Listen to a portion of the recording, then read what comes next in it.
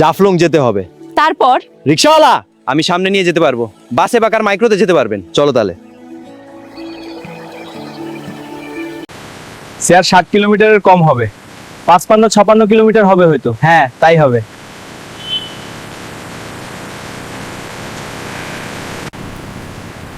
সামনে এই যে কার মাইক্রো, এদের সাথে কথা বলতে পারেন। আচ্ছা ধন্যবাদ। হ্যাঁ দেখা যাক।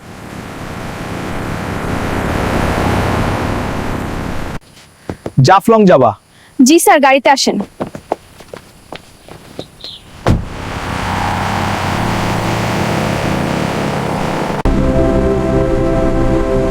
ওয়াও, ভারতের সীমানায় পৌঁছে গেছি। পাহাড়গুলো দেখো।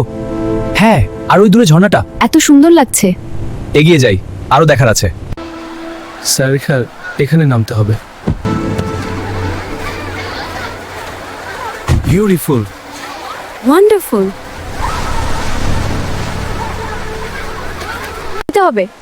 স্যার আপনাদের ইচ্ছা। অনি ইসি আনাসারি যেটা হাতুর করি স্যার।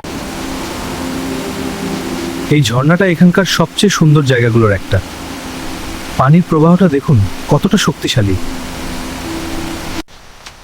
ওই যে শেক, ওটা ইন্ডিয়ার ভিতরে।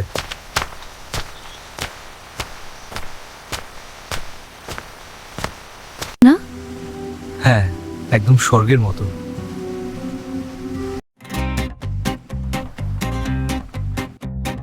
জাফলং আইসা মোদের মনে ভরেছে,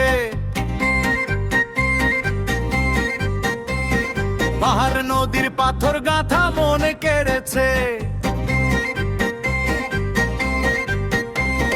জাফলং আইসা মোদের মনে ভরেছে, পাহাড় নদীর পাথর গাঁথা মনে কেড়েছে।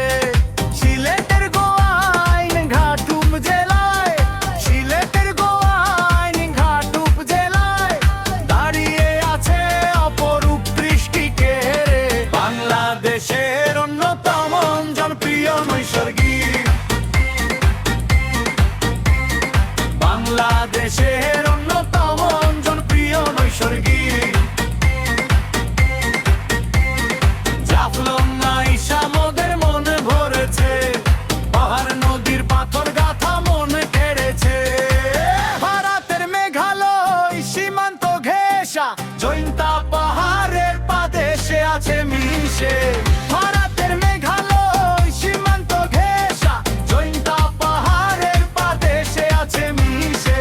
বিআইন নদীর তীরে প্রাণ জুড়ানো রূপমা পর্যটন কেন্দ্র প্রাণে গেঁথেছে। সিলেটের গোয়াইন ঘাটুপ জেলায়, সিলেটের গোয়াইন ঘাটুপ জেলায় দাঁড়িয়ে আছে অপরূপ দৃষ্টি কেড়ে। বাংলাদেশের অন্যতম জনপ্রিয় নৈসর্গিক, বাংলাদেশের অন্যতম জনপ্রিয় নৈসর্গিক। নূপুর দে পায়ে দোলা পাথরে বসে, জাফলং আর নূপুর দুই সুন্দর তাজ চৌধুরী আছে যে। জাফলং বানাইছে বিধি অনেক সুন্দর করে। সিলেটের গোয়াইন ঘাটুপ জেলায়, সিলেটের গোয়াইন ঘাটুপ জেলায় দাঁড়িয়ে আছে অপরূপ দৃষ্টি কেড়ে। বাংলাদেশের অন্যতম জনপ্রিয় নৈসর্গিক, বাংলাদেশের অন্যতম জনপ্রিয় নৈসর্গিক, বাংলাদেশের অন্যতম জনপ্রিয় নৈসর্গিক।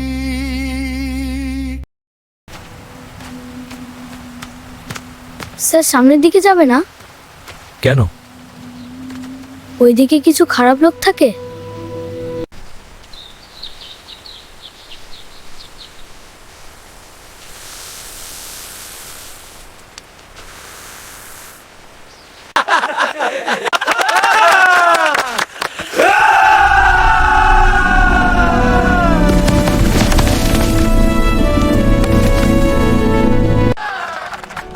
এবার দেখাচ্ছি।